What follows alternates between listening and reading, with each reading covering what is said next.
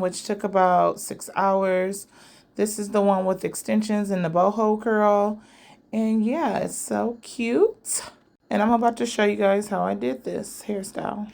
Starting off with going from ear to ear for the lemonade part, of course. And then I'm going to start slicking up the back.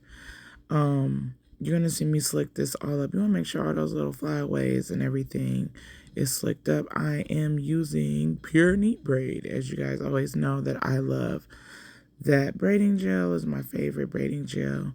And then I'm starting my first row. When you do the lemonade tribal boho look, it's pretty much like doing any type of Fulani hairstyle. That is why you want to have the half up, half down, and then you're going to do at least 6 rows of knotless braids.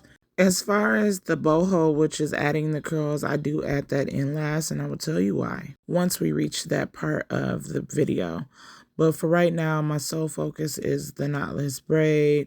I am kind of giving you guys real time of just the process. It's not a quick hairstyle to do, to be honest. It took at least 6, maybe 7 hours, maybe even 8 because I was filming.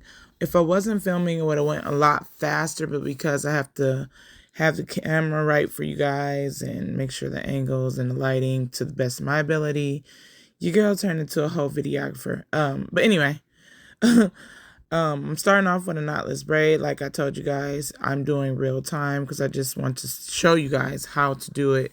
Usually I don't show you guys the back, like starting it off, how I start my rows.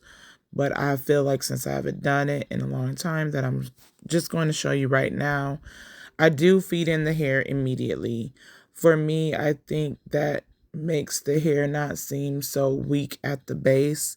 Because sometimes people don't have thick hair right off the jump. I also think it makes it look more neat.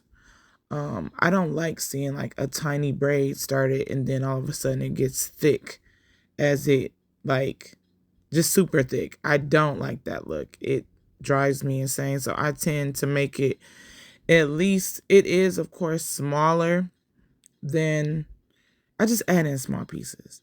But I don't like it to look like, oh, I braided at least 2 or 3 times of that person's natural hair and then I start feeding in an extension. It's just getting thicker and thicker. I don't want any life support braids.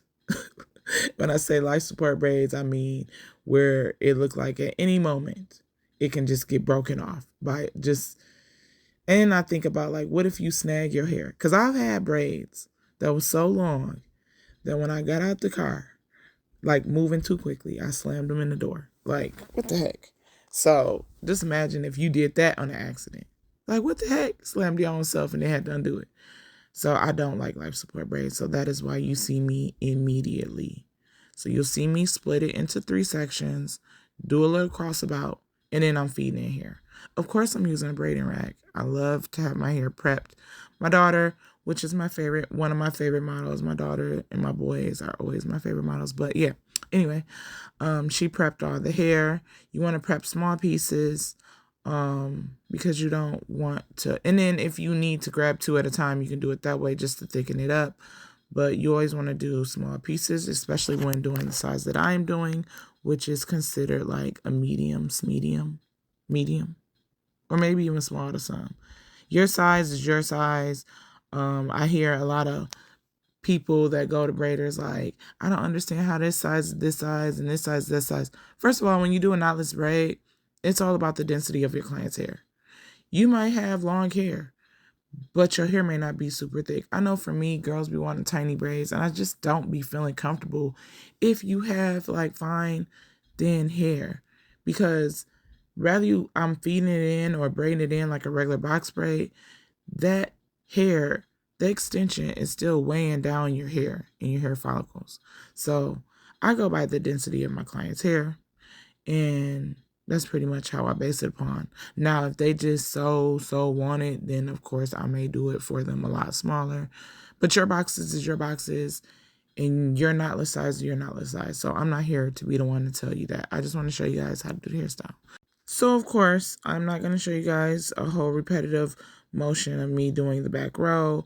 I did do everything else off camera or on live. I did do this hairstyle on live. So if you want to see me on live, just go ahead and watch it. It is muted because we were watching the fall of the House of Ushers on Netflix. If you haven't seen that, go watch that. But yeah, I can't be having that out because they will ban me. So your girl did go live with it. But as you can see, I am on the 6th row. I believe it's 6 rows that I did. You can do them smaller and do 9 rows. But for her, we're gonna boho this thing out, so it didn't really matter. She didn't want it heavy. She is expecting. Yes, your girl's about to be what do you call a grandma if you're the step? Am I the step grandma? Anyway, I'm about to be a grandma. And no, I'm not gonna be called grandma. I'm gonna let her name me what she wanna name me. But grandma, I'm just too young to be grandma. But anyway, back to the braid. But as far as you guys can see, I braided it all the way down to a certain length. And left some hair out.